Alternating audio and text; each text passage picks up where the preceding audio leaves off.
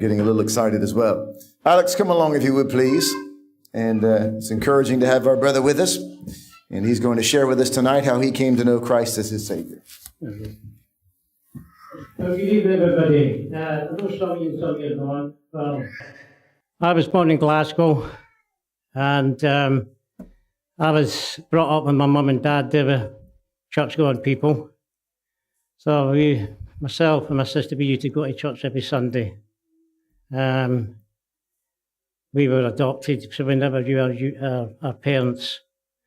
And things was going good at the church. Me and my sister. Then my mother, she adopted some more kids. So altogether there was myself, my sister, another 2 girls, another boy. So there was about 5 or 6 living in a 2-bedroom house. So things was going good up to about the age of 10, maybe 11. And then I just gave up church altogether. I just wanted to be with my mates, do my own thing. And of course, one thing led to another. I got into bad company, doing things which I shouldn't be doing. I got to the age of about maybe 15 when I left school. Things were getting really bad. I was started drinking, taking drugs. And my father, he was just getting a bit fed up with me, getting into trouble with the police all the time. So I stayed there until about 17, and then I decided enough was enough.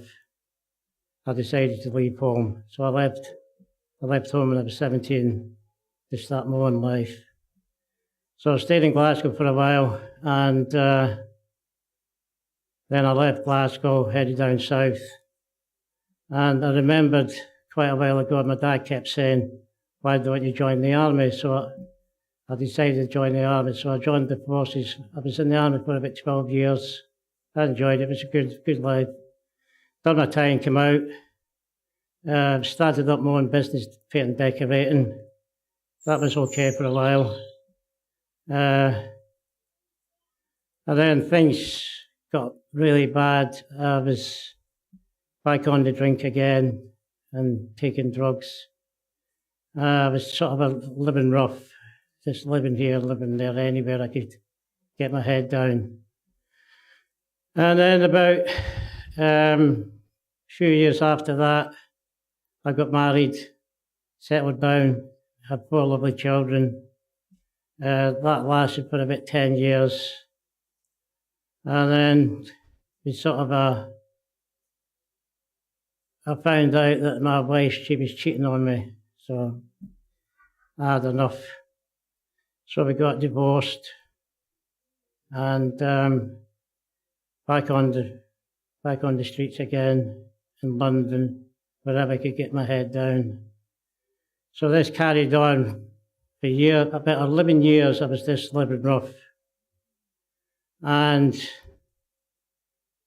I don't know what it was. One more, because I couldn't go without a drink. I had to get first thing. I was drinking maybe 2 bottles of whiskey a day. It was totally, destroying me. And I think it was this one day I woke up, and just out of the blue, I said, "Lord, I need some help." I don't know what made me say that. So I got involved with this place in London, the Believer Centre, run by 2 pastors.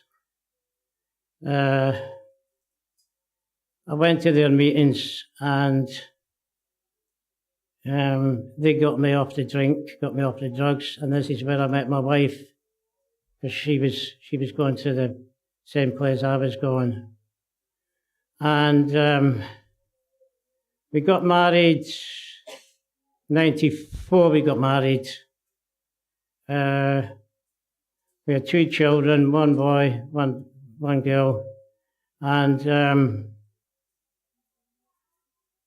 things was going pretty good. So they got to the age where, they wanted to leave home. So they decided to go up to Manchester and lead their own lives. And then it was quite a while after that. We never heard nothing from my son or my daughter. And then one day, I don't know how, one day there was a knock on the door. It was my son turned up. He wanted to come and stay with us. And I found out he was on drugs. He was taking heroin. Right. So I know what it's like because I was I was in that situation. And we got the impression that he wanted to, stay with us. And then there was one time me and his mother went out, and we found out when we came back that he robbed us. He stole off us. So I had to get the police. So I found out he took my phone, he took my wife's phone, and a few other bits and bobs. And I was getting a lot of stick from my neighbours. He said, "Well, why did you report your son to the police?" I said, "Well, he's got to learn the hard way." So he disappeared. The police eventually got him. I don't know what happened. And I was in the bedroom one day because I was changing the bed, and then underneath the mattress, I don't even know, them gas canisters you get for filling up gas? There was 18 of them under the mattress where you've been sniffing the gas canisters. So I said to my wife, "Jackie, enough's enough. I don't want any more. I don't want nothing to do with him. He's got his own life to lead." And then I got a phone call one night. I found that my son tried to commit suicide. Right, tried to take his own life. So he ended up in hospital. But now I've heard that he's living with his aunt up in Manchester, and he's doing pretty well at the moment. If God can save me, I'm sure he can save my son. You know what I mean? Because it's not impossible.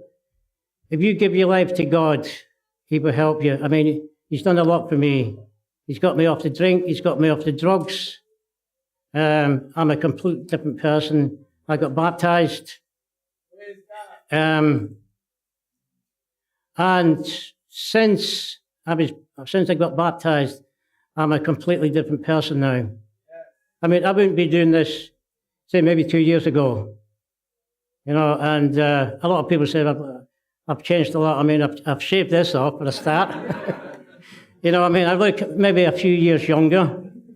I mean, God's done wonders for me. And there is people out there, even if you can save one person, it's not impossible. I mean, I've never looked back since God saved me from the drinking drugs. And that's all I want to say. Thank you, Alex. Thank you very much.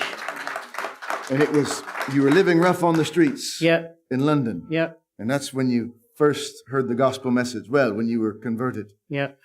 And there's that believer center there. Is that when they first preached to you Christ? Yeah. And you recognized he was your only hope. The only hope. And you called upon him to save your soul. Yes. That's good. Yeah. But there was a while when you were sort of out of church. Is that right? Yeah. And you bumped into one of these young ladies around here, didn't you? Oh, yes, it was Kim. Yes. And also, another thing I just wanted to mention, if Billy doesn't mind, it was at when it was at the winter retreat, was what it was. When I got there for the first couple of days, I didn't want to do nothing. I just wanted to keep myself to myself, right? I don't know what made me do. Maybe it was just me, or maybe it was just somebody trying to tell me not to speak to people. And I think it was I was talking to somebody one day, I think it was Billy, and I was telling Billy how I felt, and Billy sat down with me with somebody else, and he said to me, "Alex, you should introduce yourself to more people." You know what I mean? Because if you don't talk to them, they're not going to talk to you. And it can't be stopped ever since. And I haven't stopped since. So it's thanks to Kim as well, because it was Kim that actually got me to come to this church. So she's a blessing, and so is Billy. Praise the Lord. Bless you, Alex. Thank you very much.